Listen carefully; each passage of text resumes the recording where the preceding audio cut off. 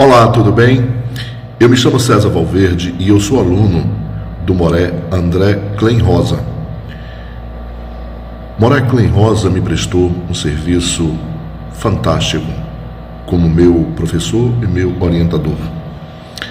Ele fez para mim o meu mapa cabalístico, um trabalho que me trouxe revelações profundas de questionamentos que eu sempre fiz para a minha vida, coisas que eu queria saber de cunho espiritual, e o mapa me deu todas as respostas que eu precisava.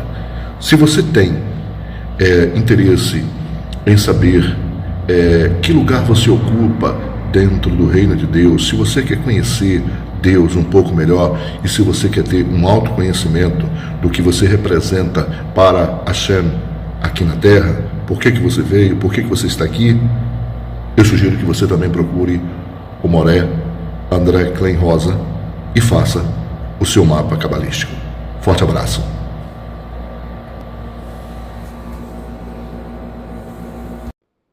Dentro da Torá. Assim também, como a questão do entendimento dos anjos é bem fora da realidade do que a Torá diz. Muito bem, mas de fato né, uma forma muito bonita também de se entender a Torá. A gente não está aqui de forma nenhuma querendo desmerecer nenhuma forma, nem outra de se entender a Torá. Nós navegamos pelas vias do Zohar Kadosh e navegamos através da lente dos nossos sábios, não é? Que todos eram judeus, que estudaram com Rabi Akiva. Shimon Bar Yochai estuda com Rabi Akiva, que não era, de fato, quando a gente fala que não era judeu, essa palavra judeu ela tem que ser muito bem entendida, né? Ele não era descendente ali do povo, não é? Que era de Israel. E que, de verdade, as pessoas não entendem muito essa questão, não é? Se nós pegamos realmente o núcleo ali, a descendência, a ascendência do povo de Israel, eles são descendentes de babilônios. E a gente vê muitas pessoas falando aí contra a Babilônia e etc. Então tem toda ali uma saída de Ur dos caldeus de Abraão, nesse primeiro nível da Torá, e ele era um babilônio, assim como todos os descendentes ali de Israel são babilônios, descendentes de babilônios. Depois houveram misturas, não é? Hoje é difícil de ter uma pessoa 100% com sangue judeu, mas de fato isso não tem importância nenhuma, porque a própria ciência já descobriu que o tetragrama sagrado está codificado dentro do DNA do ser humano.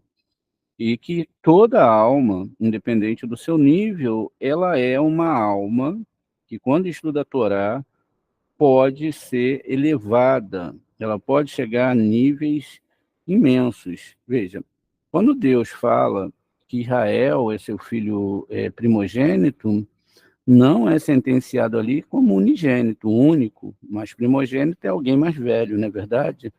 E aqueles que têm filhos sabem que não vão amar mais o filho mais velho ou mais novo, não há diferença. Talvez haja ali uma escala de responsabilidades diferentes.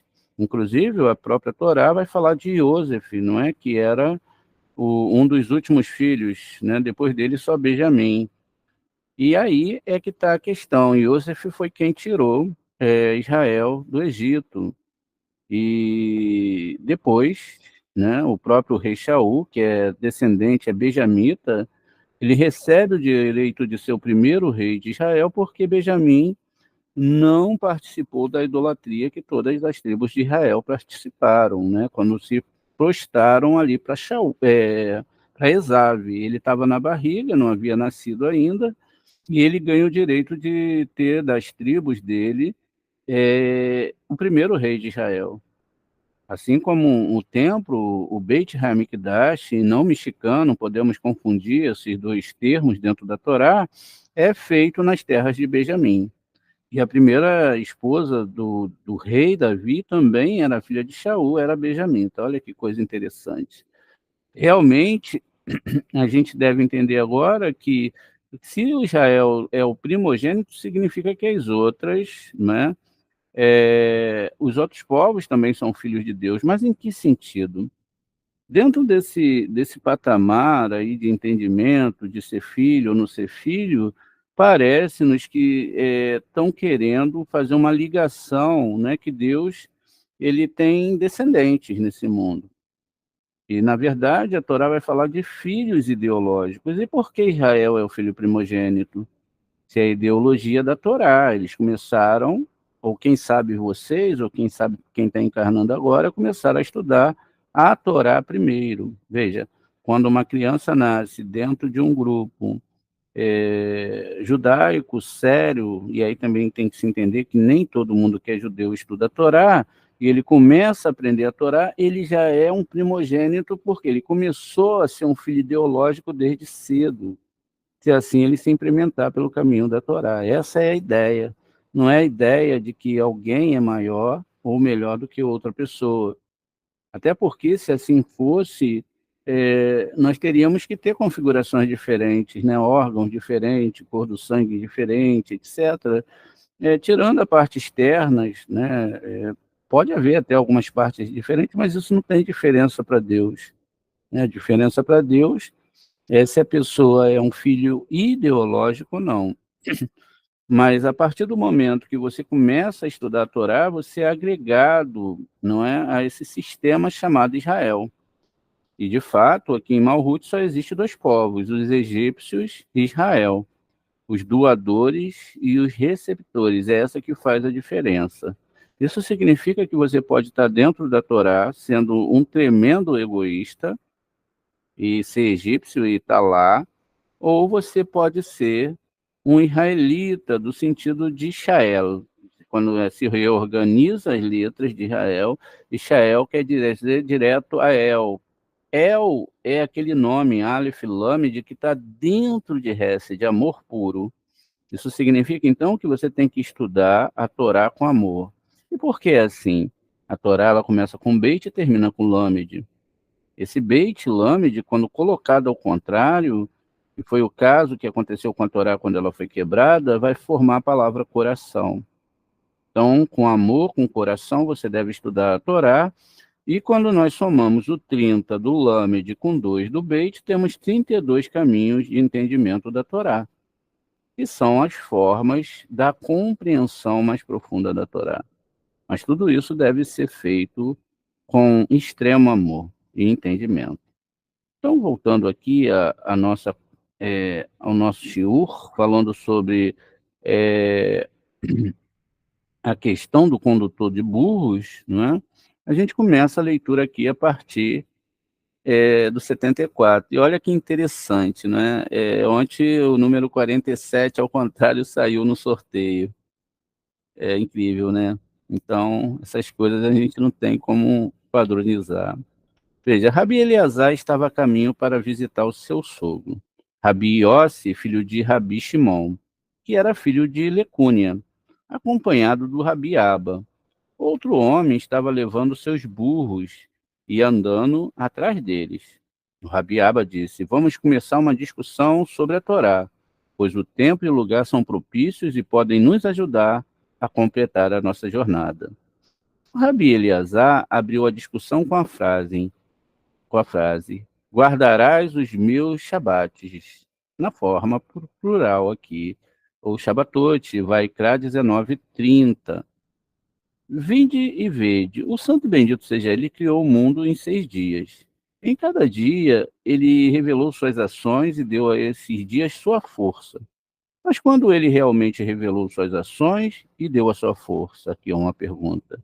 Isso aconteceu no quarto dia, porque os 3 primeiros dias não foram todos revelados e nada apareceu. Mas assim que o quarto dia chegou, ele revelou a sua ação e compartilhou a sua força com todos.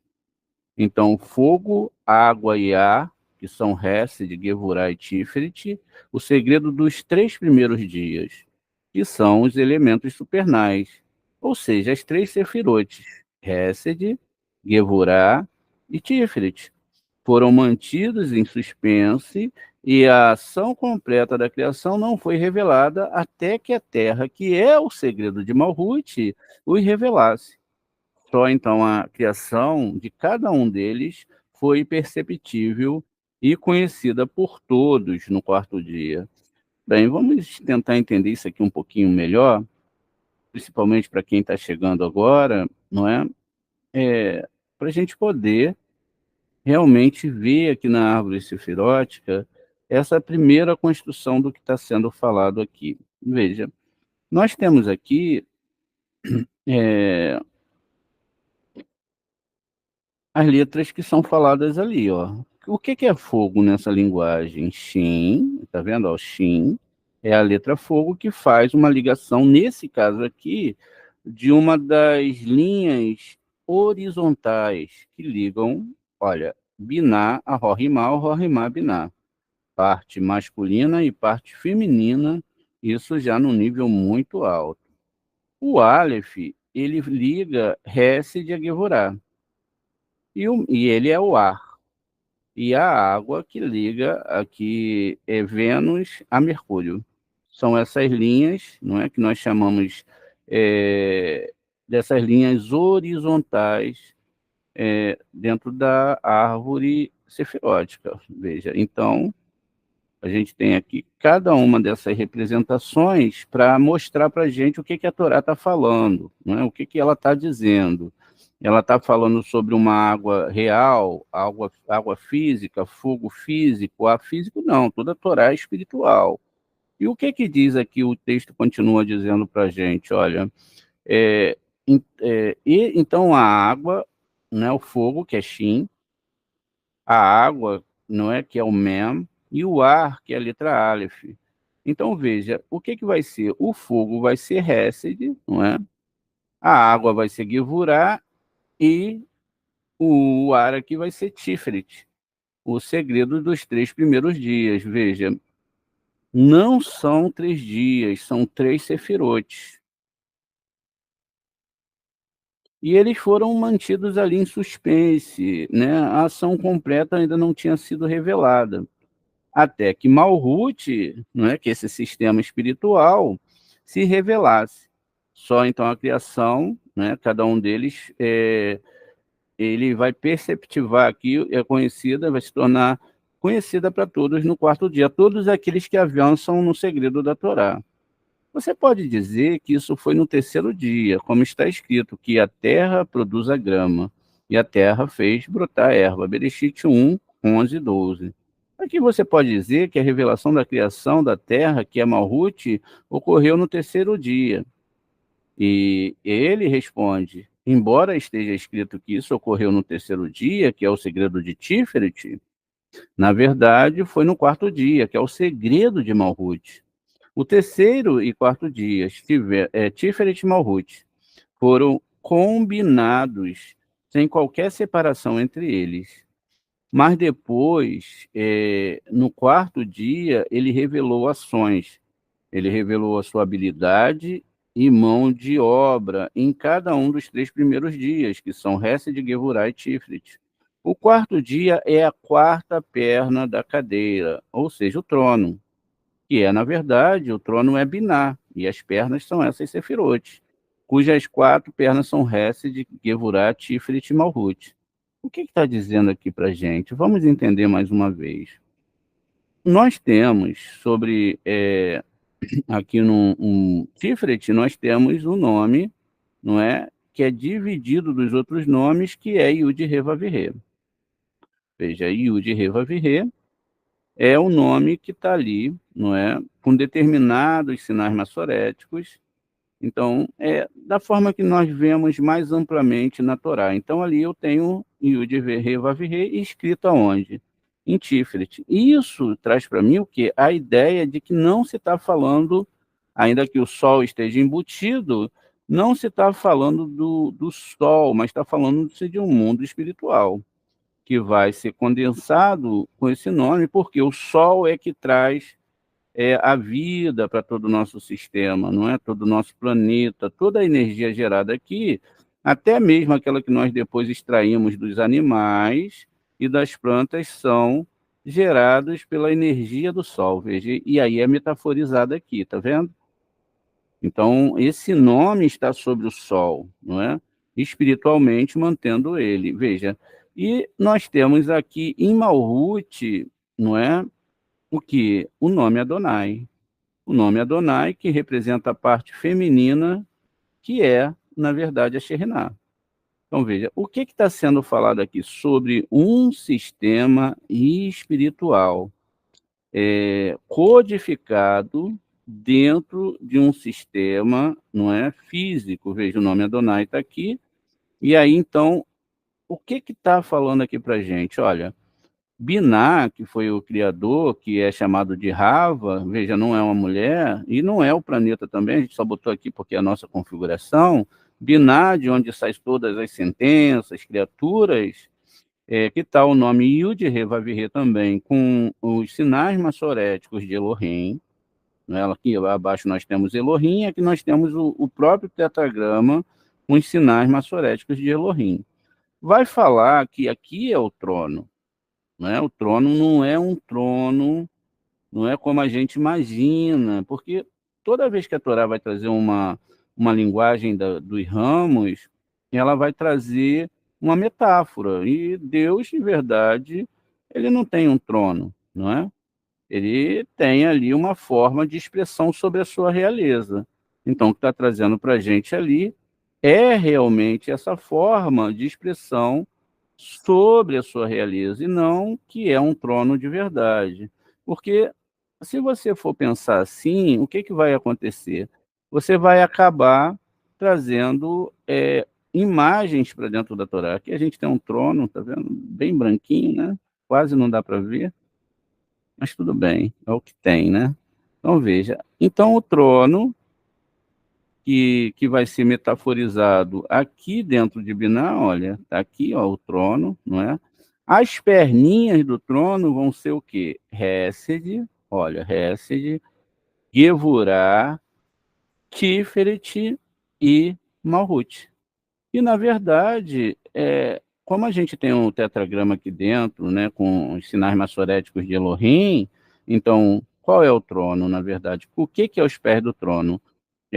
Toda a força angelical que tem aqui dentro, todos os anjos, toda a força também do planeta, porque tudo foi criado pelo espiritual, o nome El, Aleph e Lamed, que é o início ali do nome Elohim.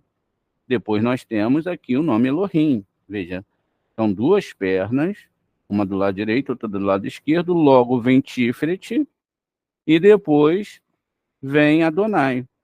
E tudo isso foi completado como? Com os patriarcas, né, Rava, que gera os patriarcas, que são Avraham, aqui eu tenho Issahac e Jacob. E finaliza lá com o rei Davi, porque o rei Davi não é um ser humano, ele é Malhut. É uma representação de Malhut. Muitas vezes a gente fica preocupado, olha, será que fulano de tal existiu, não existiu? Não é essa questão. A questão dentro da Torá é falar desses mundos espirituais. Por isso é que o Zohar ele é tão importante, porque ele vai trazer para a gente essa construção desses mundos espirituais. Então, quando essas forças ou esses nomes, que não são vários deuses, mas energias, né, que ligam você aos mundos espirituais, é que vai se apresentar para a humanidade uma forma de ir chegando ao eterno através desses nomes divinos. É isso que está sendo falado aqui, né? Então, Aqui a gente já leu. Então, todas as ações, seja dos 3 primeiros dias, que são Hesed, Gevurah e Tiferet, ou dos 3 últimos dias, que são Netzah e Yesod, veja, aí a gente já tem 6 dias, eram dependentes do dia de Shabat. Veja, o que é o sábado? Diz aqui que é Malhut, não é um dia na semana, é todo o planeta Terra. Porque aqui ia depender do trabalho do ser humano em relação a trabalhar o quê? A Torá, estudar a Torá, entender a Torá. Como que você vai entender a Torá lendo a Torá traduzida e literal? Veja, num pequeno shiur dos nossos sábios, a gente já descobre que a coisa é muito aquém do que se fala. Shabat não é um dia, é Malhut, e da perspectiva das 3 sefirotes superiores, quando o seu estado de perfeição apareceu. Portanto, está escrito, e no 7º dia, Elohim, né, terminou ou completou a sua obra que havia feito. Bereshit 2:2. Isso se refere ao Shabat e à quarta perna da cadeira, ou seja, o Shabat é o 4º dia. Aí, olha só, tá vendo? O Shabat é o 4º dia. Quando a perna foi completada, e agora? Não é? Primeiro dia domingo, segundo dia segunda, terceiro dia terça e o 4º dia na quarta-feira. Veja aqui o encaixe que o Zohar está fazendo para a gente compreender. O que significa? Que quando essas 3 sefirotes são consertadas e esses nomes são colocados internamente, o trono que está aqui em cima, que é Biná, ativou essas 4 sefirotes. E depois vão gerar essas outras sefirotes, que vão fechar todo o conjunto. Mas se a gente conta 1, 2, 3, 4, 5, 6, 7, nós temos o 7º dia, que é Malhut. Muito bem, vamos continuar aqui. Muito bem. Então, veja, são ambos aspectos de Malhut. Veja, são ambos aspectos de Malhut, não são dias, são aspectos. No entanto, o 4º dia é Malhut que está incluído com Zerampim, no nível de seu Tiferet, de seu peito para cima. Ou seja, só quando você levou através do estudo do Zohar, de rezas, de entendimento, é que é. Fora isso, não é. E os dias de Shabat é o segredo de Malhut na fase de acasalamento, cara a cara com Zerampim. Isso significa que você levou Malhut através da Sheriná. E aí você pode adentrar os mundos espirituais. Veja, não são ações no nosso mundo, mas são ações espirituais. Se você diz que é assim, o Shabbat é Malhut, então por que você diz que você guardará o meu Shabbatot no plural? E ele responde, o Shabbat da noite do Shabbat, que é Malhut. E o Shabat, do próprio dia de Shabat, que é Zerampim, que brilha sobre o Shabat, e é Malhut. Estão unissonos como um, não há separação, porque eles são acasalados cara a cara e chamados de 2 Shabatot. Veja, ou na quarta-feira, que não é o dia, 1 grau, ou no 7º dia, que é a referência ao próprio grau que se chegou após chegar a esse 4º dia. Aquele que dirigiu os burros e seguia atrás perguntou: e qual é o significado de reverenciarás o meu santuário? Vaikra 19:30. O Rabi Abba respondeu: isso se aplica à santidade do Shabat. Então ele perguntou: e qual é a santidade do Shabat? Disse-lhe: esta é a santidade que se tira do alto, de Abba e Ima, de Rohimá e Biná. Ele disse: se é assim, então você fez o Shabat sem nenhuma santidade própria? Pois a santidade só prevalece quando vem de cima, de Ab e de Ima. Ou seja, não adianta você fazer uma coisa se você não recebeu de lá, porque não vai ser uma santidade própria. O Rabi Abba respondeu: é de fato assim, como está escrito. E chame o Shabat de deleite, o dia santo da santidade de Hashem honroso. Ishayahu 58:13. Ou seja, sem a Shekinah, você não vai conseguir chegar esse Shabat, seja na segunda, na terça, na quarta, na quinta, o dia que for, você não vai conseguir entender isso. E vai ficar buscando argumentos religiosos, dias religiosos. Assim, o Shabat é mencionado separadamente, assim, com a santidade de Hashem. Ele então lhe perguntou: o que é então a santidade de Hashem? Abiaba respondeu: esta é a santidade ou a santidade que desce do alto, de Aba, de Rohimá e Ima, que é Biná, e repousa sobre ela, sobre o Shabat, que é Malhut. Ele disse: se a santidade que desce do alto é chamada de honrosa, pode parecer que o Shabat em si não é honroso. No entanto, está escrito: e honrarás assim, o Shabat em si é honroso. Rabi Eleazar disse a Rabiaba: deixe esse homem em paz, porque ele tem algo sábio a dizer, algo do qual nada sabemos. Disseram-lhe: digo o que quer dizer. Falaram para o condutor de burros, que era, na verdade, o Rabi Rami Nuná Sabá, que já tinha saído desse mundo e cuja alma estava voltando para ajudá-los a dirigir os seus desejos para o estudo da Torá. O homem começou no verso, meu Shabatote, Vaikra 19:30. A partícula et é mencionada aqui para incluir as bordas do Shabat, que são 2.000 curvados em todas as direções. Por essa razão, o verso acrescentou a partícula Aleph e o Tav. Meu Shabatote, na forma plural, refere-se tanto ao Shabat superior quanto ao Shabat inferior, que são unidos como um só, e ambos estão ocultos. Veja, é uma descrição de dois Shabates, não é? Por isso aqui que está sendo colocada essa partícula et lá no nosso texto, porque et. Muitos linguistas, né, do hebreu, estudiosos do hebreu, nunca entendem, nunca vão entender o que é esse et. Esse et é do Aleph ao Tav. No meio desse et está todo o alfabeto hebraico, que começa lá em cima falando que nós devemos meditar, estudar, entender, compreender, buscar a energia dessas letras, porque senão ficaremos sentenciados a não entender nada. Muito bem. Continua aqui. Outro Shabat, no entanto, não foi mencionado e se sentiu humilhado. Ele se aproximou e disse: Mestre do universo, desde o dia que você me criou até agora, eu sou chamado de O Shabat, e não há dia sem noite. Ele lhe disse: Minha filha, você é o Shabat. E eu o chamei de Shabat, mas agora estou adornando-a com uma coroa mais gloriosa. E ele então enviou uma proclamação afirmando: e temereis o meu santuário. Vaikra 19:30. E este é o Shabat da véspera do Shabat, onde o medo e o temor prevalecem. Mas quem é esse Shabat? Ele responde: esse é aquele que o santo bendito seja ele, e incluiu junto com ela, dizendo: eu sou Hashem. E eu é o segredo de Malhut. Veja, então, o Shabat é Malhut, não é? Que é o segredo das vésperas do Shabat. Hashem é o segredo de Zerampim. E pela palavra eu sou Hashem, eles foram combinados. E eu, aí diz aqui o motorista, o guia do burro, viu isso de meu pai.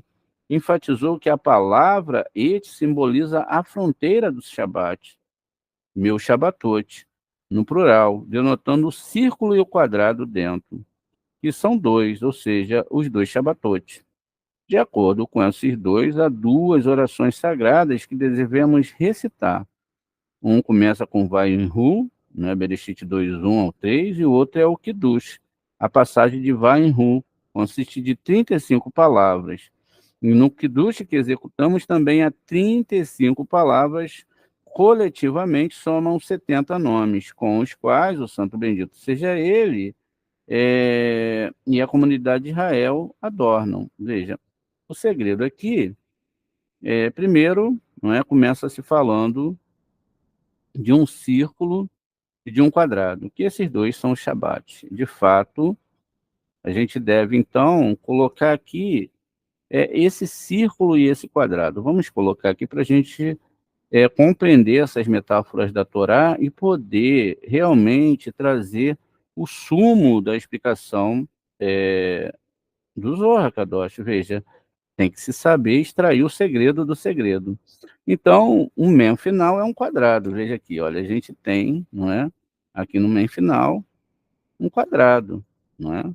E aqui a gente vai extrair um segredo muito, muito importante.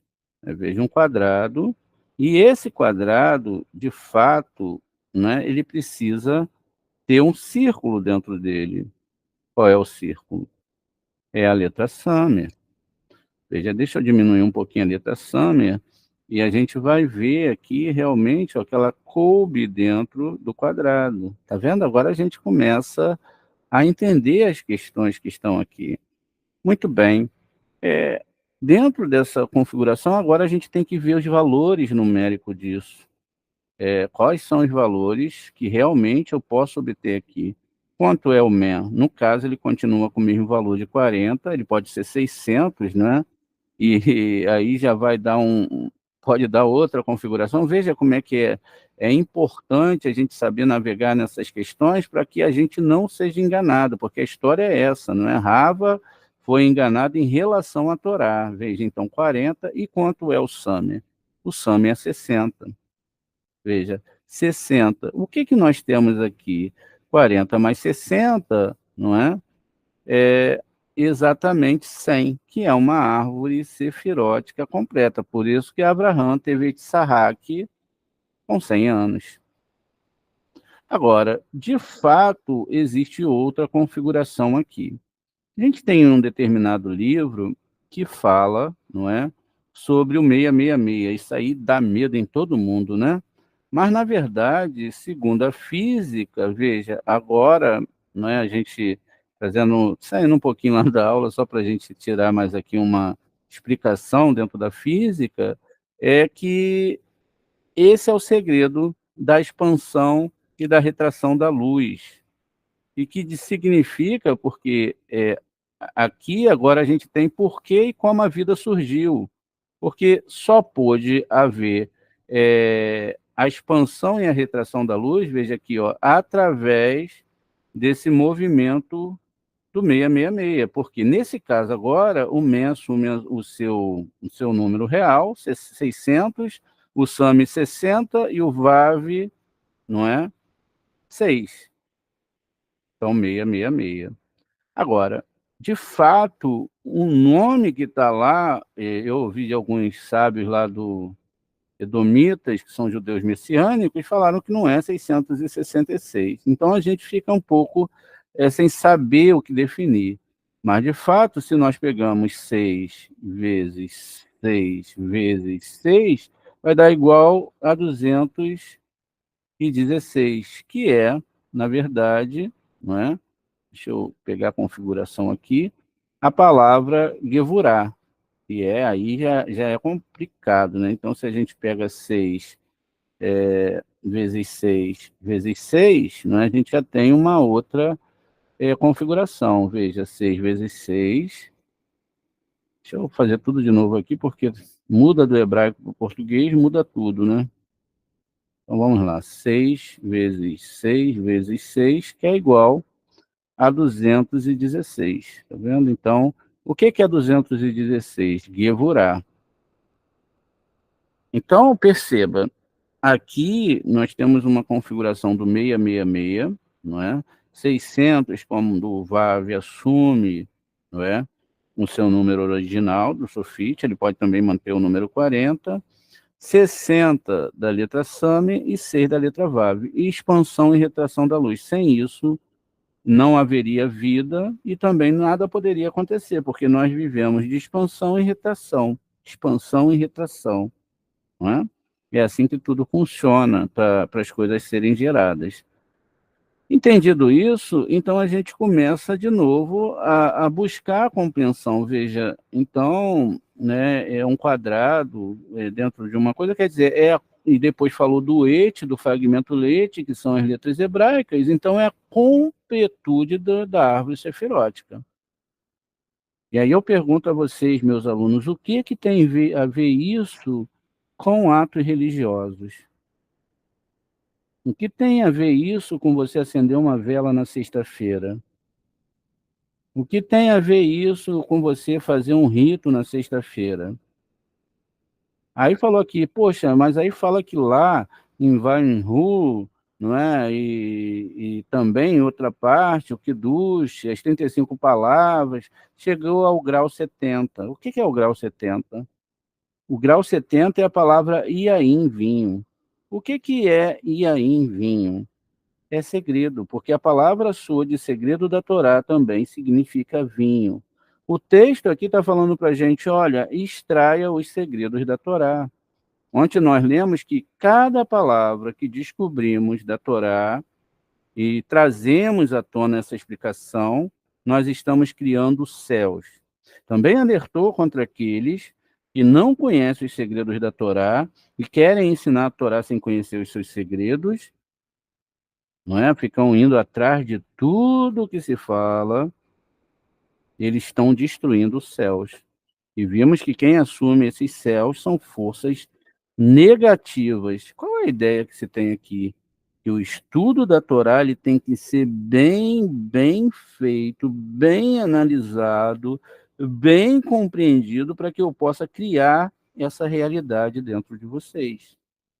Se o Moré, ou qualquer pessoa, mesmo que não seja Moré, cria uma realidade diferente dentro das pessoas do que não é a Torá, essa pessoa está destruindo céus, vidas, e ela está destruindo ela mesma.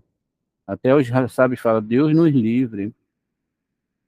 Por quê? Podemos pensar que, caramba, isso é bobagem, o que tem? A gente pode ir por um lado, depois Deus é misericordioso, a gente vai para o outro. A Torá mesmo fala que a gente deve ensinar, tal, mas ela fala que deve se ensinar dentro do nível que você está. Depois que você leva uma pessoa para uma religião, vamos lá, a pessoa foi para o cristianismo, islamismo, hinduísmo, seja lá o que for, budismo e até mesmo judaísmo. Essas pessoas tiveram os seus daates reconfigurados. Para tirar essas pessoas agora desse nível de entendimento da Torá vai ser difícil. Somente o Eterno. Por quê? O ser humano, ele funciona em cima daquilo que ele aprendeu, em cima da sua razão. Quando nós falamos de Cabala, a Cabala já foi sentenciada a não ser estudada. Quando nós entramos ali dentro do judaísmo, olha, só quando tiver 40 anos, for casado, tem que ser judeu, goi não pode estudar Kabbalah, e etc. Isso aí é separado, porque tem que ser especial, e na verdade não é isso. Quando nós vamos ver a Torá, na Kabbalah, pelo menos, é o que se extrai lá dos textos, é que é a Kabbalah que deve ser estudada primeiro. E aí você não vai gerar um monte de confusão. Por exemplo, pessoas que agora juram que tem que guardar o Shabat, e aí elas quebram duas vias, as leis de Rabanã e da própria Torá, porque não pode guardar Shabat sem conversão. É proibido pelo judaísmo. E aí a pessoa vai lá e quebra e quer guardar o Shabat. A pessoa deixa de trabalhar, muitas vezes de ter o sustento para sua família, porque vai guardar algo que a Torá não é isso. Veja, a gente acabou de ler aqui, não é isso. São 2 Shabatotes.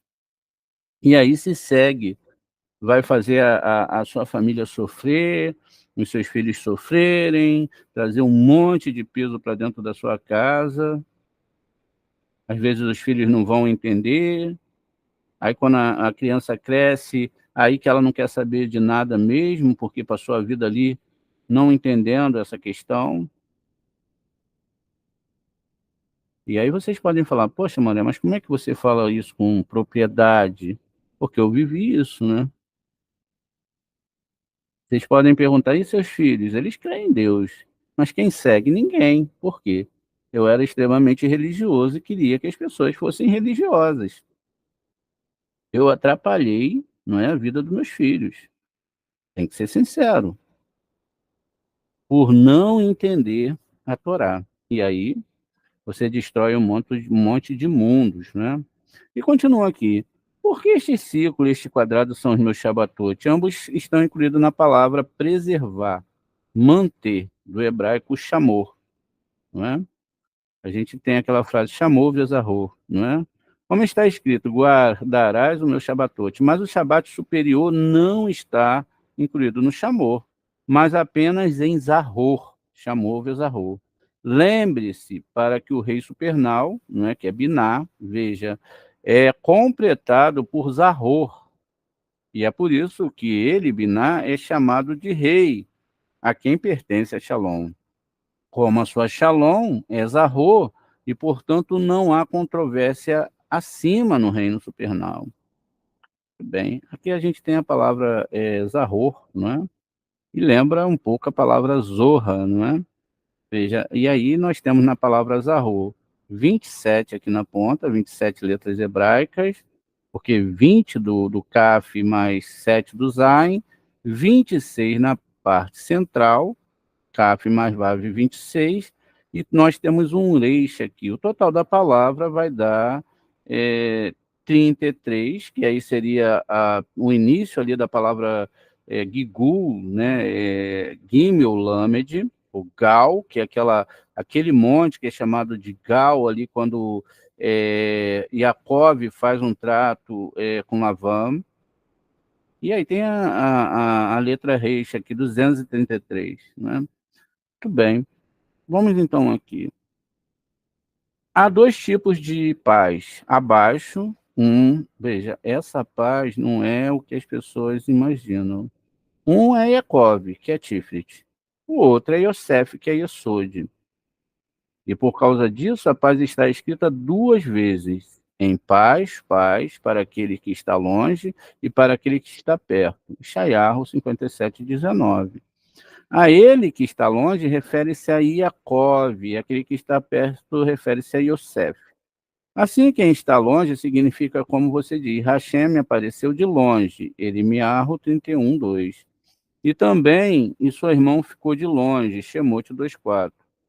Aquele que está perto significa, como você diz, aos novos deuses que vieram de perto, Devarim 32:17. Vamos ver algo aqui interessante, porque o que a gente está falando aqui? Quem está mais perto da Terra? A metáfora é essa, é a Lua e não o Sol. Quem está aqui com a gente é a Sheriná, o Eterno está mais longe, não é? Então, e aí nós sabemos, né, que está falando aqui dessas duas questões, o Eterno está aqui dentro de Malhut, de Asiá, não é, do nosso mundo, e a própria Sheriná também está lá sendo metaforizada como a própria Sheriná. Essa Sheriná, ela é dita e chamada de vários nomes dentro da Torá. E também tem os níveis da Sheriná. Esses níveis da Sheriná, não é, eles são, na verdade, as metáforas para o entendimento da Torá. Veja, a Sheriná, que está no nível de Yesod, ela é chamada ali de Tzion. Não é um lugar no nosso mundo, é Tzion. Então, se alguém quiser chegar ao Eterno, ele tem que ir para onde? Para esse nível da Sheriná, que é Tzion. Não tem nada a ver com você comprar uma passagem, porque isso dá muito dinheiro de turismo, a gente compra um monte de pedacinho de terra, pedra e etc., que é cura, é milagre, não tem nada dentro disso da Torá, e não é nada disso, é você chegar a esse nível e dali para cima subir, porque o nível mais difícil de se sair é esse nível da árvore da morte de Malhut. E aí ele continua explicando aqui.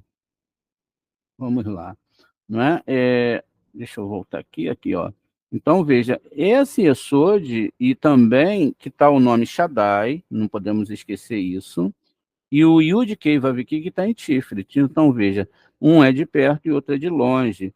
Mas agora, aqui diz, né, e a sua irmã ficou de longe, chamou de quatro, e depois aquele que está perto significa, como vocês dizem, aos novos deuses que vieram de perto. Ou seja, as forças que estão aqui nesse plano e abraçaram a Sheriná, e aí é complexíssimo de entender, para enganar as pessoas em relação à Torá.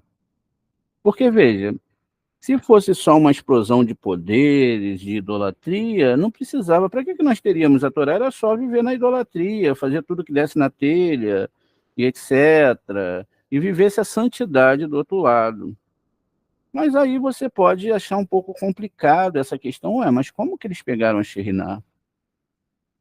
Gente, tudo que é criado no nosso mundo é criado pelo Eterno. E tudo está conforme Ele quer. Mas, de fato, o ser humano ele é capturado por essas forças impuras, desejos impróprios, e ele usa essa Shekhinah que cai no nosso mundo, e através dessa Shekhinah, que não é a verdadeira, porque ela já não está mais limpa, pura, eles fazem tudo isso que nós vemos aí. E aí, como que você vai saber? Como que você fala para o seu irmãozinho cristão, ó, isso aí não é isso, cara, porque ele tem certeza que é. Como que você fala para o seu irmãozinho muçulmano, olha, isso aí não é isso aí, se ele tem certeza que é? Como que você vai lá no hinduísta e vai falar, cara, isso aí não é isso aí, se ele tem certeza que é? Por causa das suas sensações espirituais. No budismo é a mesma coisa. Veja, por isso que Israel, ele tem uma, um direcionamento através da Torá. E esses deuses que são de perto, os que são aqui de Malhut, que capturam aquelas forças da letra Kuf para fazer o mal. E aí você vai ver que surgem duas árvores. A árvore do bem e do mal, veja, é uma mistura. Olha que coisa complicada. Não é só do bem, nem é só do mal. Ela é do bem e do mal, quer dizer, mistura verdade e mentira. O Zohar e os sábios vão falar, se você quiser contar uma mentira, faça uma base com a verdade.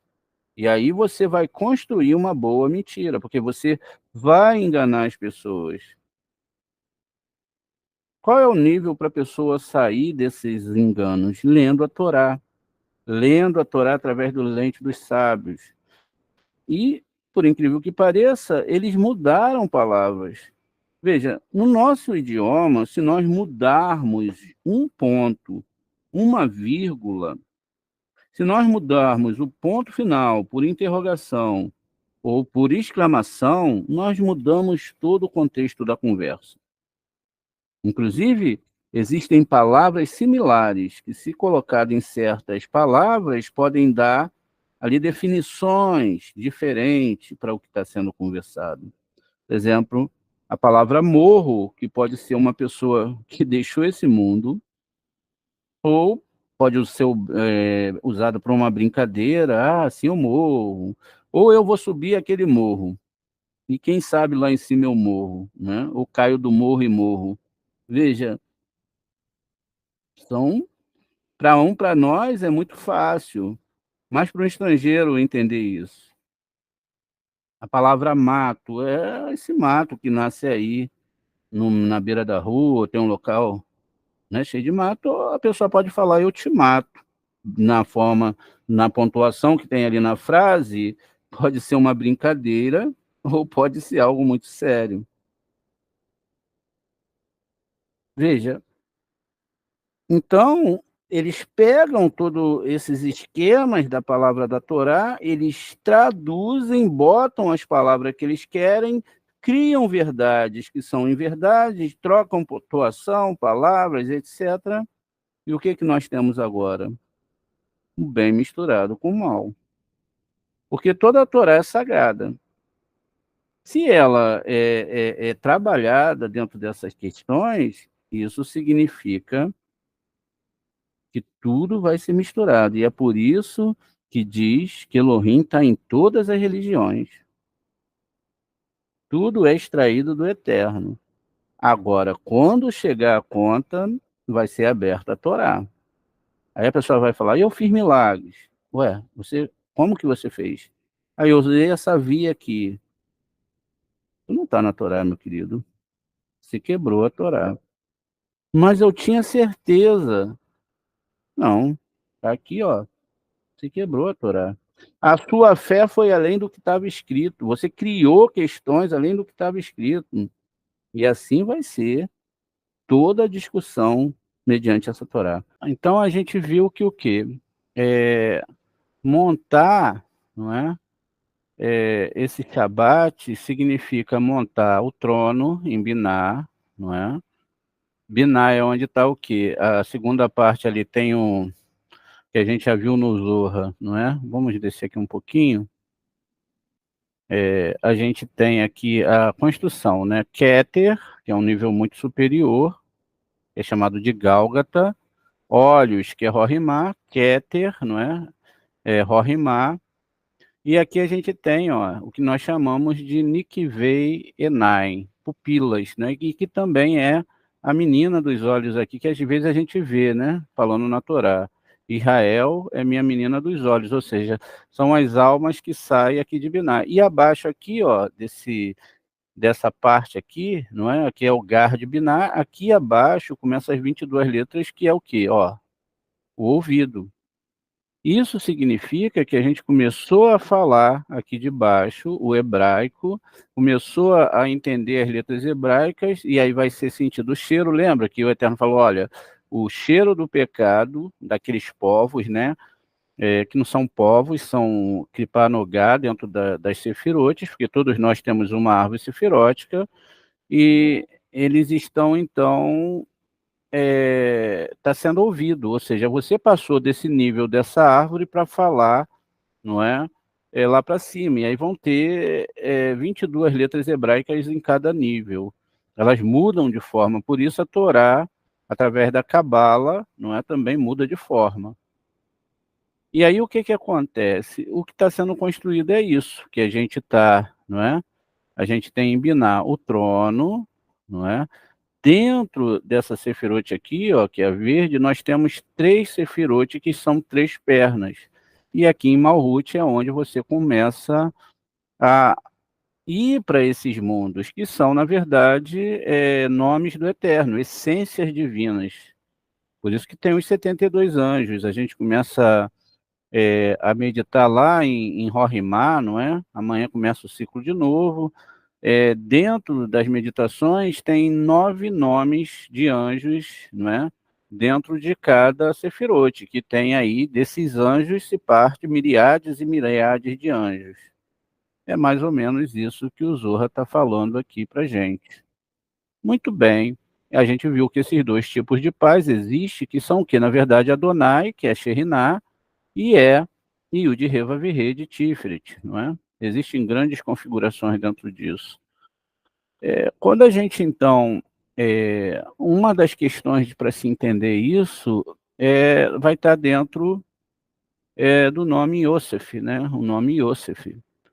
O nome Yosef, ele é escrito, né? O nome Yosef é onde está aqui em Shaddai, ele é escrito dessa forma aqui, olha.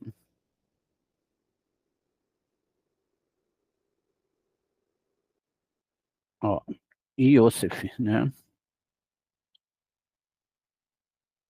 Deixa eu ver aqui para mim não errar.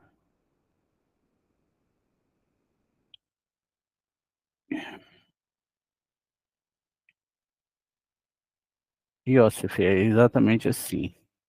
Então, veja, não tem o Vav, não é? Então, Yosef, ele é escrito dessa forma, e Yosef, ele vai ter gematria, deixa eu ver aqui, vai ter gematria 150 não, tem aqui um Vav sim. Tá vendo como é que a gematria é importante para a gente, ó. Yosef. Qual vai ser o valor de Yosef? Se eu tenho 10 no Yud, 6 no VAV, 60 no SAME e 80 no PEI, então vai ser de 156. Né? Então, 156 é a gematria de Yosef.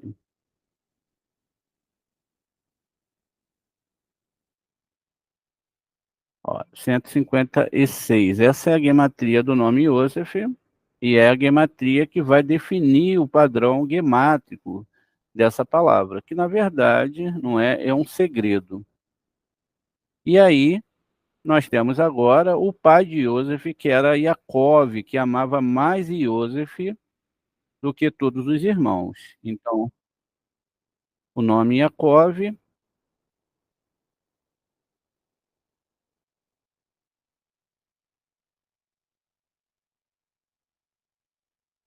Ó, Yud, Ain, Kuf e o Beit, que vai ter gematria 182. Não é? 182 é o nome Yaakov. Então existe uma diferença aqui. Por que que Yaakov amava mais, não é, ao Yosef, a quem deu a túnica talá, do que os outros irmãos? Então vamos fazer aqui uma gematria e vamos subtrair, não é, aqui do nome Yaakov, ó, 182 opa, não é 1882, é 182 menos 156. O que que nós temos? 26. E o que que é 26? É o tetragrama, não é? Yud Revav Re. Tá vendo? Então ele amava mais a Yosef porque era o tetragrama. Por isso que quando vai chegar ali, não é, a época que o Yaakov está com a esposa do Potifar, ela tá com a roupa deles nas mãos, ele está ali, ó, veja onde já estava a situação ali. E aí ele visualiza esse tetragrama. E aí ele sai correndo. Por quê? A esposa do Potifar tinha visto as filhas do Yosef no seu colo. E ela imaginou que ia ter filhos com Yosef. Então ela viu as filhas de Yosef no seu colo, mas só que ela não sabia que Yosef casaria com a sua filha. É isso mesmo, ele casa com a filha do Potifar. Bem, então quer dizer que esse Shabat é construir esses mundos espirituais, não é? E a gente entender isso. Veja, e aí, continua aqui, de longe, e Erimiarro 3, T1, 2, refere-se ao ponto superior em seu palácio. O versículo se refere a ele com as palavras guardarás, da palavra Timoru. Vaikra 19:30. Vamos abrir aqui em Vaikra 19:30.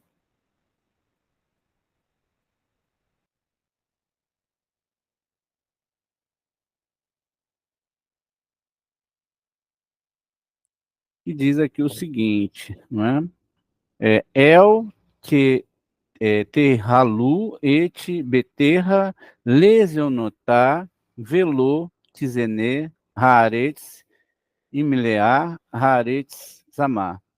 E aqui a palavra que está sendo descrita aqui para gente, Tishemoru. A palavra está aqui, ó, Tishemoru, né? Essa aqui tá, Vishin, Men, Vav, Yureishi e o Vav novamente. Então veja, onde está incluído dentro do chamor, o meu santuário os temerás. Refere ao ponto no centro que deve ser mais temido, pois a pena para transgressores é a morte. Como está escrito, todo aquele que profanar será submetido à morte. Shemot 31:4. Agora, o que a gente tinha falado na aula anterior? Mudar as palavras da Torá. Pegar as palavras da Torá e não fazer uma boa tradução, não é? Não entender a coisa corretamente, profanar, isso é profanar a Torá. Então veja, aquele que penetra no espaço vazio, do círculo e do quadrado, no local onde esse ponto está situado, veja, aquele ponto é o Samer e o Men, que a gente viu lá, e danifica, eles certamente serão mortos. É por isso que está escrito, temerás. E este ponto é chamado eu, né? Onde prevalece o altíssimo e oculto, ou seja, o tetragrama, o Havaiá, que é Yud Kei Vav Kei. Assim eu sou Hashem, Vaikra, e tudo é um. Continua aqui. Disseram, quem te colocou aqui para ser condutor de burro? Ele respondeu, a letra Yud. Travou guerra contra as duas letras Kaf e Samer, e aqui diz, né, que a carta CAF não quis sair do seu lugar. e juntar-se a mim, a letra Yud, porque só pode estar em repouso na cadeira ou no trono, não é? E o Summer não quis sair do seu lugar, porque tem que apoiar quem cai, não é? E se Sami eles não e sem Sami eles não podem sobreviver, porque o Summer é uma letra de amor, é um amor tão grande que se você deixar essa letra, ela te sufoca, não é? Então veja, nem a letra Kaf quiseram sair para ajudar o Yud, nem o Summer. Ele continuou: a letra Yud veio até mim e me beijou e me abraçou e chorou junto comigo. Disse-me: meu filho, o que farei contigo? Deixo-vos carregar uma plenitude de coisas boas e de letras preciosas, sublimes e secretas. Então voltarei a vós e vos ajudarei. Trarei os bens de duas letras que são muito mais altas do que as que vos deixaram. Estas são a letra Yud e a Shin. O Yud superior, junto com o Shin superior, e eles se tornaram vosso tesouro, eles se tornarão vosso tesouro, cheio de todas a riqueza. Então, isso é meu filho. Então, para isso, meu filho, vai e conduz os burros, e por isso continua a fazê-lo. Rabi Eleazar e Rabi Aba se alegraram. Eles também choraram e disseram: vem, cavalgarás no burro e nós caminharemos atrás de ti. Em outras palavras, ele deveria montar no burro e ele devia conduzi-los. Disse-lhe: não vos disse que é o comando do rei? Disse-lhes, né? Não vos disse que o seu é o comando do rei, até que o burro apareça? Isso se refere ao rei Machia, que é descrito pelas palavras pobre e montado num burro. Disseram: até agora não nos deu o seu nome. E onde você mora? E ele lhe disse: onde eu moro é um lugar bom e muito precioso para mim. É uma torre muito exaltada que flutua no ar. Essa torre é a letra Lâmede, que é chamada de torre. E os que vivem nessa torre são o santo bendito seja ele e um homem pobre. Mas fui exilado de lá e vim conduzir os burros. Rabiabe e Rabi Eleazar olharam para ele, e suas palavras tinham um sabor tão doce como o maná e o mel. Para eles, disseram-lhe: se nos disser o nome do teu pai, beijaremos a terra debaixo dos teus pés. Ele respondeu: por quê? Para quê? Não é meu hábito ter orgulho do estudo da Torá, ser orgulhoso porque eu conheço a Torá. Ele continuou: mas o lugar onde meu pai mora é no grande oceano. Ele era um peixe que nadava de uma ponta a outra do grande oceano. E eles eram poderosos e nobres. Uma figura venerável que se tornou sábio com os anos e foi capaz de engolir todos os outros peixes do mar. Depois, mais tarde, libertou-os, cheios de vida e de todo o bem do mundo. E com sua força, ele foi capaz de atravessar todo o oceano em um instante. E ele me soltou como uma flecha na mão de um homem valente e me escondeu naquele lugar que eu lhe falei, ou seja, a torre que flutua no ar. Enquanto ele voltava para sua casa, desapareceu no oceano. Rabi Eleazar examinou suas palavras, então lhe disse: tu és o filho da luz sagrada, você é o filho de Rabi Ramuná Sabá, o venerável, você é o filho da luz da Torá, e você dirige nossos burros para nós, ou seja, nossas vontades. Ambos choraram e o beijaram e depois continuaram sua jornada. E mais uma vez perguntaram-lhe: agrada ao nosso mestre dizer-nos o seu nome? Ele começou com o versículo: e Beneiarro, bem filho de Erroiada. Isso é 2 Samuel 23, 20. Este versículo foi explicado e bem explicado, mas vejo para nos mostrar os sublimes segredos da Torá. Assim, o nome Benaiarro, bem Erroiada, foi mencionado como referindo-se ao segredo da sabedoria. É uma pista de algo profundo e oculto. E o nome causou isso, Ben Ish Hai, o filho de um homem vivo. Se aplica ao eterno Tzadik, poderoso das obras. Significa que ele é o mestre de todas as ações e de todas as hostes do alto, porque todas elas vêm dele, ele é chamado de Hashem dos exércitos, porque ele é o símbolo, é a letra, né? Ele é aqui o símbolo e ele é a letra. Aqui a questão está falando aqui Adonai de Sevaot, não é? Que ele é o Ot, ele é a letra, é o sinal, não é? De todos os seus exércitos e se distingue por estar acima de todos eles.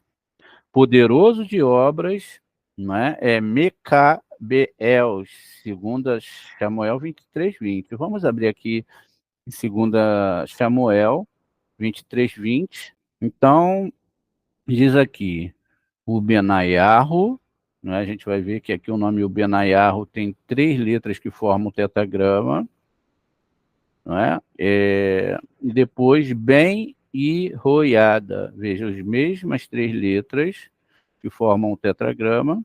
Aqui também tem o Yud. E aqui a gente tem a letra Ain e Dalet do Shema, ao contrário. E aí diz que ele é bem Ishi, né? Lembra que lá acima a gente trocou o Shin, tinha chamado a letra Kaf e a letra Samer. Mas aí não quiseram e ela se juntou a um nome superior, que era o Shin, e se tornou Ishi. Que aí vai estar aqui Rail, ou seja, Rai, né? E aí diz aqui, Ravi P. Elim, Mecabetsael, Ru, Haha, Etsheni, Ariel, Moave, Verru, Irá, Verrica, Et, Hari, não é?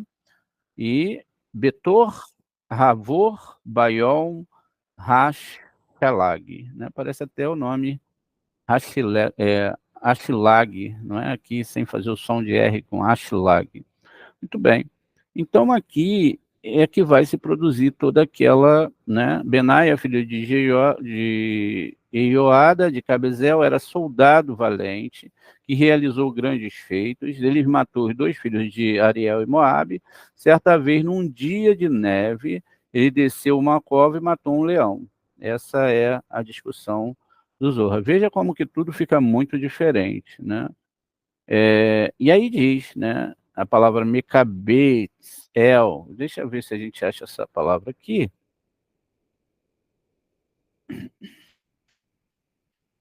Está aqui, ó. Mecabetzel. Né? Uma gematria aqui é 140, 190, 232, 283, 263. Né? 26, que é o tetragrama, mais 3 ali. Então, onde veio a grande, né, e preciosa árvore, que é a maior que todas, a partir de qual grau? O verso afirma repetidamente, Mecabetecel, não é? Que é um grau alto e oculto que os olhos não viu. Inclui tudo e recolhe tudo o que recebe, a luz supernal e tudo dela saiu. Veja, quando o Zohar está falando, explicando a Torá, ele não está... quando a gente lê aqui a tradução, ou até mesmo em hebraico, se não souber, você vai ver que é Benaia, filho de Joiada, mas não é, não é? E aí vai falar sobre Adonai de Sevaot, etc., sobre esse grau muito elevado, né? Porque é Mecabetz e depois El. E El é o quê? El, esse El que vai ficar ali no final não marcado, é a Sefirah Hesed, que representa Abraham. E também é metaforizada ali pelo planeta Júpiter, veja.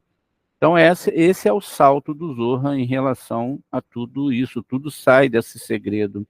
E este é o templo sagrado oculto, veja, agora sim, no qual todos os graus são reunidos e escondidos. O espaço, o corpo deste templo é onde todos os mundos estão reunidos e todas as hóstias santas sustentam e restabelecem a sua existência. Matou 2 generais de Moabe, Samuel 23:20, como a gente viu. 2 templos sagrados existiam e foram sustentados por sua conta. O primeiro templo sagrado e o segundo. No entanto, quando ele desapareceu, o fluxo de energia de cima parou, né? E como se ele matasse, destruísse e acabasse com eles. O trono do santo, veja, a cadeira que é Malhut, né? Desabou como está escrito, como eu estava no exílio, Ezequiel 1:1. Isso significa que um certo grau que se chama Ani, que é formado pela letra Aleph, Nun e Yud, e é essa palavra aqui, ó, esse grau. Veja, a gente chama de eu, não é? E quando a gente vai fazer a conjugação verbal, mas na verdade é muito além que isso é um grau que se chama Ni, que é Malhut. Estava no exílio. E aí, onde? Pelo rio de Quevá, Ezequiel 1:1. Isto significa pelo rio que brotou e flui de Quevá. Já, né, ou em outras palavras, pelo rio que já havia brotado e corrido, mas agora porque todas as suas águas e fontes secaram, não flui como antes. Por isso está escrito, e o rio se destrói e seca. Iov 14:11. Ele foi destruído no primeiro templo sagrado e seca no segundo. Por isso está escrito, matou 2 generais de Moabe. Moabe é formado pelas palavras Mo, de Ab, ou seja, de nosso Pai celestial. E ambos os templos foram destruídos por causa dele, com todas as luzes que brilhavam sobre Israel estavam agora escurecidas. Não é o templo que tem em Jerusalém, são, não é, os desejos de recepção, o primeiro é restrição Aleph e restrição Beit, né? São 2 níveis de restrições de doação, e aí a humanidade ela sufocou isso, e a gente viu isso na história. Nações atacando nações, pessoas querendo tirar vantagem das outras, quando não tinha mais o que tirar, capturavam, vendiam como escravos, não é? Roubava a mulher do seu próximo, tudo aquilo que foi atingido dentro do homem pelo seu ego foi o desejo de tirar do outro e receber para si mesmo. Houveram muitas humilhações na história. Além disso, desceu e matou um leão. Né? Nos primeiros dias, quando as águas deste rio fluíam para baixo, os israelitas estavam no estado de perfeição, porque ofereciam suas ofertas e sacrifício para expiar seus pecados e purificar suas almas. Então, de cima desceu a imagem de um leão, viram no altar, agachada sobre sua presa, consumindo-a como um homem corajoso e poderoso. E todos os cachorros, que são os promotores, se esconderam disso e não saíram para acusar, porque o leão estava lá. Os pecados fizeram com que eles descessem para os níveis mais baixos e matassem o leão. Porque o leão se recusou a entregar sua presa como antes, como se ele a matasse. Portanto, com certeza ele matou o leão no meio do poço. Isso também é lá no 2 Samuel 23:20. Diante dos olhos do outro lado mal. E porque o outro lado viu, isso ganhou coragem e mandou um cachorro comer as oferendas acima do altar em vez do leão. E qual é o nome desse leão? Oriel, o seu nome. Como ele tinha a cara de um leão. E qual é o nome desse cachorro? Baladã é o seu nome. Porque Baladã é formado pelas letras que as palavras Baal, ou Baal, não é? E Adã, homem. Então, é uma junção, não é? Baal é um deus que é muito falado, né? Está faltando uma letra aqui, então Baal-Dan, não é? É uma mistura, né? E o mem final é trocado por um num. Então fica exatamente, né? Deixa eu ver se eu acho aqui a palavra Baldam. Veja, misturou-se aqui, não é? E aí se tornou essa palavra aqui, ó, Baal com Adão, sendo que ao invés de ter um men no final, tem um num. E ele não é um ser humano, mas um cão com cara de cachorro. Um dia de neve, segundo a Samuel. Agora explicando essa parte, descreve o dia em que os pecados fizeram com que a sentença, julgamento, fosse pronunciado pelo tribunal Beit-Din do alto. Portanto, está escrito, ele não tem medo da neve, Michelei 31:21, que simboliza os juízos sobre o alto, que é chamada de neve. Porque não tem medo, é uma pergunta, porque todas elas, os lares, estão vestidos de escarlate. Escarlate é vermelho, julgamento. E assim que ela pode suportar o fogo forte, até esse ponto o segredo do verso não é revelado. O que se escreve a seguir? E matou o egípcio um homem de boa aparência. 2 Samuel 23, 21.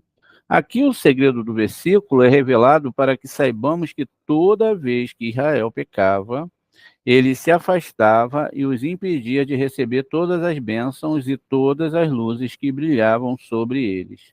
Ele matou o egípcio, essa é a luz que é a mesma luz que brilhava sobre Israel. E quem é ele? Ele é Moshe, como ele é descrito no versículo. E disseram que o homem do Egito nos libertou. Shemot 2,19, porque de fato Moshe era um egípcio e era um super egoísta, né? E depois que surge o ponto no coração, ele sai e vai então se converter ao Eterno.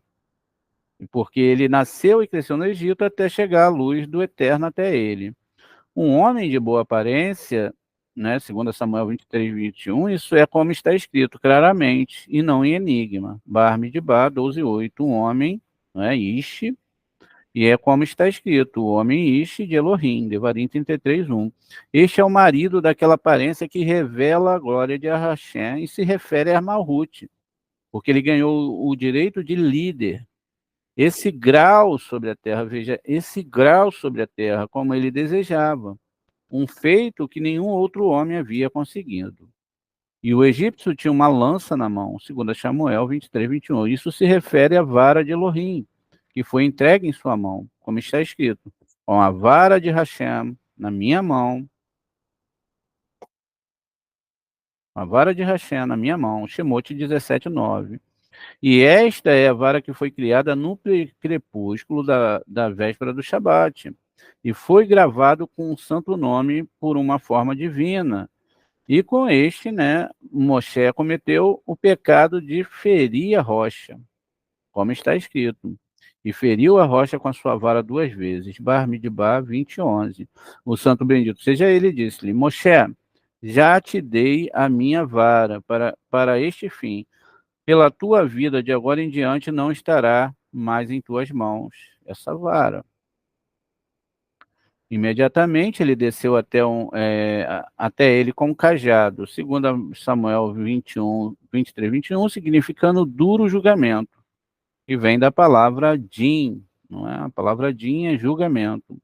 Essa palavra din também está aqui no nome Adonai. Mas se a gente pega, deixa eu ver aqui onde a gente botou o nome Adonai, se a gente pega o nome Adonai, não é? Que está aqui, olha. Se reorganizar as letras, você tem Dalet, Yu e no final, Din, que é também a Diná, não é? É a filha feminina lá de Jacob, que não é uma mulher, mas são julgamentos severos. Por isso que ela sai, vai para o campo, e ela é estrupada por Sherem, que é filho de Ramor. Veja, Ramor é os desejos. Então, a parte feminina representa esse julgamento e representa também o nosso desejo de recepção. E diz aqui, não é? Ele era o mais honrado do que os 30, segundo Samuel 23, 23. Refere-se aos 30 anos celestiais que ele tirou de cima e trouxe de baixo, e deles tirou e se aproximou, mas não alcançou os 3 primeiros. Quer dizer, aproximaram-se dele e ofereceram-se a ele com um coração gracioso, mas ele não foi até eles. Mesmo que ele não se juntou a eles e não foi incluído aqui na questão de Davi, no reinado, algo assim, Davi o colocou sobre sua guarda, né? Ele não chegou ali a ser general e etc. Mas, conforme Samuel 23, 23, e nunca foi separado das tábuas do seu coração, porque ele nunca pôde ser separado de Davi, separadas, né? Davi deu o seu coração a ele, mas não deu o seu coração, ele não deu o seu coração a Davi. Pelos hinos e louvores juntos com a récede, a graça que a lua mostra para o sol. Ela, a lua, atrai ele, o sol, para residir com ele. Isso é o que o versículo, né? E Davi colocou sobre sua guarda, significa. É o nome Yud-Heh-Vav-Heh sobre o nome Shaddai, não é? São forças espirituais. Rabi Eleazar e Rabi Aba caíram de cara na frente dele, e quando caíram, ele desapareceu. Isso não significa que eles se prostraram em terra, porque No judaísmo, o ato de se ajoelhar para rezar é idolatria. Por quê? Ou você ora sentado ou em pé. Nível intermediário sentado, em pé, mais longe do solo. Quanto mais perto do chão você está, mais você vai estar perto das forças impuras, não é? Então, não é para se rezar nem ajoelhado e nem de rosto no chão.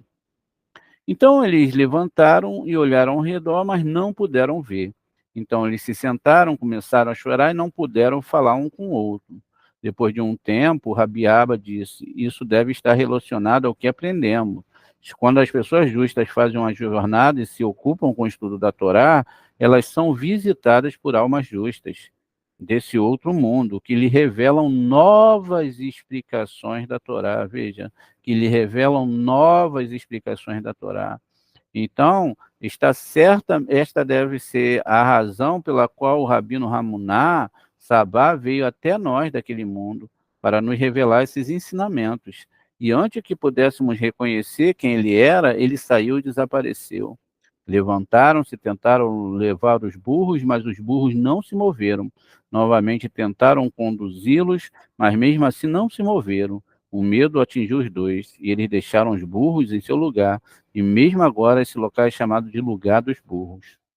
Agora, vamos prestar atenção aqui, olha, quando as pessoas justas fazem uma jornada e se ocupam com o estudo da Torá, elas são visitadas por almas justas desse outro mundo, que lhe revelam novas explicações da Torá. Qual é o grande pecado da humanidade? Não estudar a Torá através do Zohar Kadosh. Não se empenhar com todas as forças para estudar a Torá.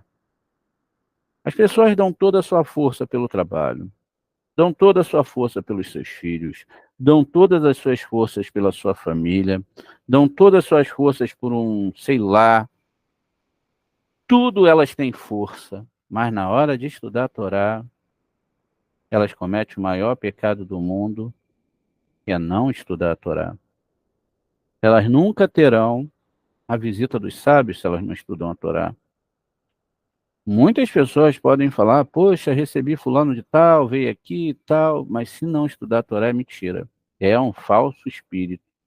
Porque os sábios só vão se adequar e se juntar àqueles que estudam a Torá dia e noite, com todo esforço, com toda vontade. Aqueles que não fazem isso, a gente pode fazer uma aposta, a gente vai ver caindo no meio do caminho. Daqui a pouco vocês vão perguntar, onde estava fulano de tal, era tão empolgado na aula, de repente não está mais. O que aconteceu? Se enfraqueceu na Torá. O fulano de tal todo dia aparecia, acordava de madrugada, agora não está acordando mais. O que aconteceu? Se enfraqueceu na Torá. Perdeu o temor de Hashem. Caramba, tinha aquele aluno, Moré, cara, ele elogiava as aulas, ele não está mais. Se enfraqueceu na Torá. E aí o Zohar vai falar que a cada 1000 alunos, somente um aluno permanece de pé. Porque se a pessoa não colocar a Torá e os estudos da Torá acima de tudo, elas não vão conseguir. Vamos ler aqui o 106, não é? E vamos entender para depois a gente conhecer, porque esse parágrafo aqui, essa parte da Torá é muito grande, e aí amanhã a gente vai voltar lendo o resto. Só para terminar, Rabi Eleazar disse, quão grande é a tua bondade, que tu colocaste nos que te temem. Terrilim 31, 20. Quão grande é a abundância celestial que o santo bendito seja ele concederá aos seres humanos, para aqueles homens tementes ao pecado, divinos e justos que aprendem a Torá ao chegarem ao mundo vindouro. Está escrito, apenas tua bondade, mas também quão grande é a tua bondade. E quem é ele? Isso se refere à memória da tua bondade. Terlim 147, que é o prazer da vida, que é extraído do mundo para descer e sustentar o sustento do mundo, para descer ao sustento do mundo, Isso é chamado de memória da tua bondade, que é certamente a grande bondade para com a casa de Israel, que é toda Malhute, que se bota a ser um filho ideológico do Eterno e diz: não, eu vou estudar a Torá. Porque até mesmo os que estão no Guerrinão têm que estudar a Torá para sair de lá.